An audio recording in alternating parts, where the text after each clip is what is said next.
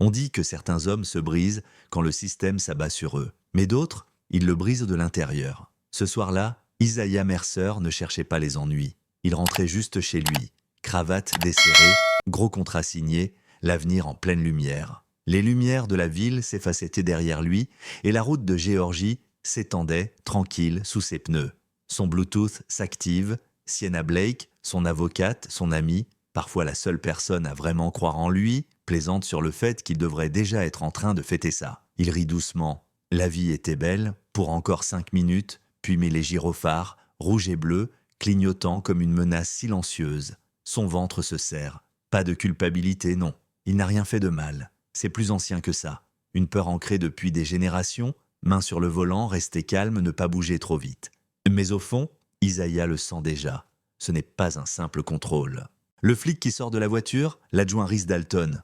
Un nom qui circule comme une menace dans les quartiers de noirs, pas comme une autorité. Un homme avec trop de plaintes et trop peu de conséquences. Isaiah baisse la vitre, calme, poli, exemplaire, mais Dalton n'est pas là pour discuter. Il lui ordonne de sortir de la voiture. Aucune explication, aucune accusation, aucun droit lu, juste de la brutalité. Dès que son pied touche le sol, Dalton le plaque contre la carrosserie. Les côtes d'Isaiah heurtent le métal, l'air chassé de ses poumons. Ensuite, une montre en or, trouvée dans la voiture, jetée bien en vue, comme un tour de passe-passe. Isaiah murmure à peine « Ce n'est pas à moi ». Dalton sourit, répond « Tu expliqueras ça au juge Mercer ».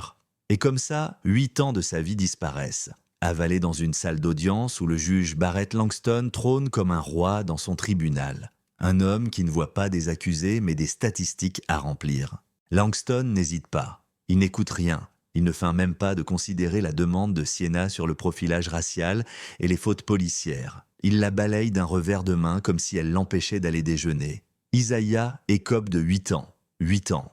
Pour un crime qu'il n'a pas commis. Pour une montre qu'il n'a jamais vue. Pour avoir été noir et brillant, dans le mauvais quartier, à la mauvaise heure. Mais voilà ce qu'ils ignoraient. Isaiah Mercer n'est pas qu'un entrepreneur. C'est un ancien militaire. Stratège de combat, unité spéciale, 5 missions à l'étranger, 2 décorations. Il a survécu à des embuscades, à la trahison, à des ordres absurdes donnés sous le feu. Il a appris à survivre sans dormir, à lire un terrain comme un livre ouvert, à disparaître, puis à revenir quand on l'attend le moins. Il ne s'en vantait jamais. Il n'a jamais raconté la nuit où il a traîné 2 soldats blessés hors d'un champ de mines en Afghanistan. Il n'a jamais dit pourquoi il s'assoit toujours dos au mur au restaurant, ni pourquoi les bruits secs lui crispent les doigts. Mais les leçons, elles sont restées. Alors quand on l'a enfermé, entouré de murs gris et de silence, il ne s'est pas effondré. Il a observé, il a écouté et il a planifié. Ce que le système ne savait pas, c'est qu'Isaiah n'était pas seul. Parce que pendant qu'il sabrait le champagne, quelqu'un d'autre observait aussi. Officier Lena Torres, une jeune flic latina, 2 ans dans la police, elle a tout vu la nuit de l'arrestation. Elle a déposé une plainte discrète et a été transférée au stationnement 2 jours plus tard. Mais elle n'a pas lâché. Elle connaissait les abus de Dalton. Elle savait que quelque chose clochait. Et quand les affaires internes ont ignoré ses rapports, elle a contacté celle qu'elle savait incorruptible, Sienna Blake. Sienna n'a pas juste demandé un appel, elle est allée fouiller. Elle a exigé les vidéos de la dashcam, perdues, les enregistrements de la caméra piéton, défaillants. Mais elle a continué. Et un soir, presque 1 an plus tard, un email anonyme est arrivé dans sa boîte. Pièce jointe, un enregistrement audio, c'était granuleux, comprimé, mais parfaitement clair. La voix du juge Langston, celle de l'adjoint Dalton.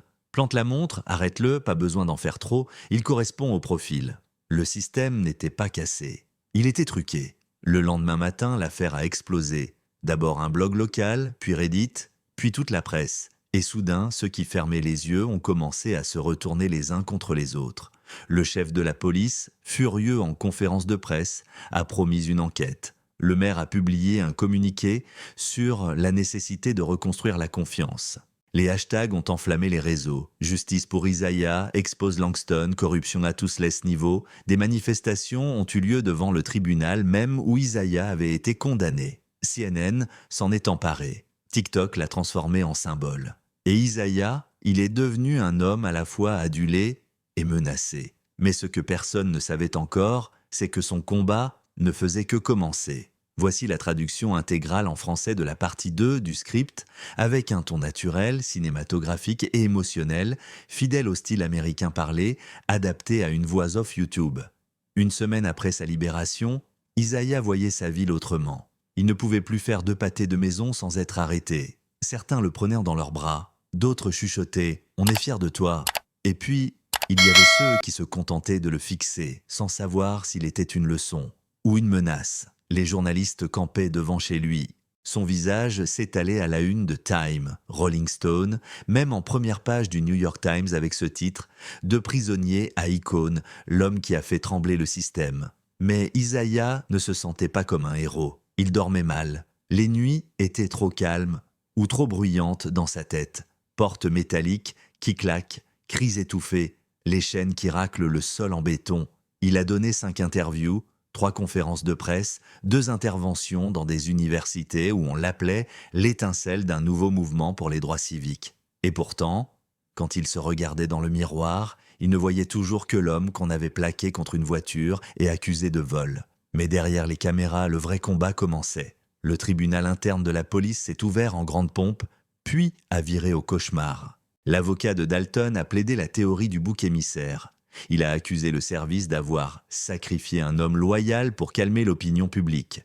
Il a même osé dire qu'Isaiah avait résisté subtilement, comme si ça voulait dire quelque chose. Mais quand le juge Langston est entré à la barre, costume 3 pièces, regard figé, quelque chose a changé. Il tremblait, son sourire vacillait. Puis le procureur a lancé l'enregistrement. Et là, silence. La voix de Langston résonne dans la salle d'audience. Ils croient toujours pouvoir s'en sortir. On les casse comme les autres. Le masque tombe, la salle retient son souffle. Mais même là, certains continuèrent de le défendre. Un collectif de juges à la retraite a publié une lettre. Langston est un homme de justice mal compris. Une présentatrice télé l'a qualifié de victime d'une chasse aux sorcières et Isaiah de dangereux symbole de haine anti-flic. Les réseaux sociaux ont explosé.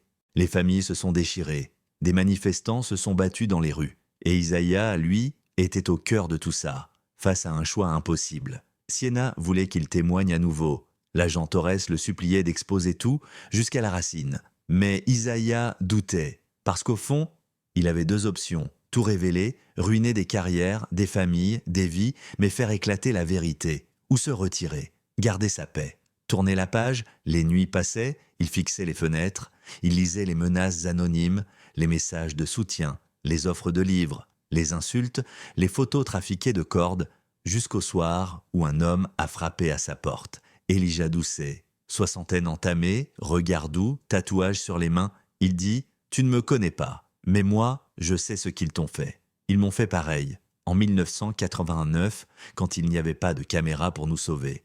Ils ont parlé toute la nuit. Avant de partir, Elijah a laissé une boîte. Des lettres, des témoignages, des dossiers poussiéreux de gens condamnés sous Langston, des vivants, des morts, des oubliés. Et c'est là qu'Isaiah a compris. Ce n'était jamais juste son histoire. Alors il a pris cette boîte et toutes les preuves, et il est allé voir la détective Rachel Mercer, chef du comité d'éthique judiciaire de l'État. Une femme connue pour ne jamais céder. Pas d'accord, pas de demi-mesure, et là la vraie tempête a commencé. Les procès ont été rouverts. Langston a été inculpé pour parjure, abus de pouvoir, falsification judiciaire. Dalton, condamné à la prison à vie. Et des dizaines de détenus, innocentés, libérés, embrassés par des familles en larmes. Le chef de la police a démissionné. Le maire a été écarté. Un comité citoyen de surveillance a été instauré. Elena Torres, promue au sein des affaires internes. Mais tout ça n'était pas sans coût. La voiture d'Isaiah a été vandalisée. Quelqu'un a déposé une fausse grenade devant chez lui. Il a recommencé à porter une arme, non pas par envie, mais parce que la paix, ici, se paie toujours cher. Et malgré tout, il est resté debout. Il a lancé The Mercer Initiative, une fondation d'aide légale pour les innocents emprisonnés. Il a organisé des forums, des ateliers. Chaque dimanche, il allait sur la tombe de son père, un ancien vétéran, et murmurait « C'est pas fini, papa, pas encore ». La dernière fois qu'il y est allé, un adolescent l'a approché, tremblant, timide. « C'est vous, Isaiah Mercer? Je veux faire du droit. Vous pensez que j'ai une chance ?» Isaiah a souri, fatigué, mais sincère. « Gamin, après tout ce que j'ai vu, c'est toi qu'il nous faut. » Puis il est monté dans sa voiture et à rouler vers une ville qui ne savait toujours pas quoi faire d'un homme comme lui. Pas un criminel, pas une victime, pas un héros, juste un homme qu'on n'a pas réussi à faire taire. Et toi, dis-moi, tu te serais battu, tu aurais pardonné, ou tu aurais tout brûlé aussi? Dis-le-moi dans les commentaires, parce que ce genre d'histoires, ce ne sont pas que des histoires, ce sont des avertissements. Et le prochain Isaiah regarde peut-être cette vidéo en ce moment même. Si cette histoire t'a touché, clique sur j'aime. Partage-la avec quelqu'un qui a besoin de l'entendre. Et dis-nous en commentaire, pour toi, c'est quoi la vraie justice? On lira chaque mot.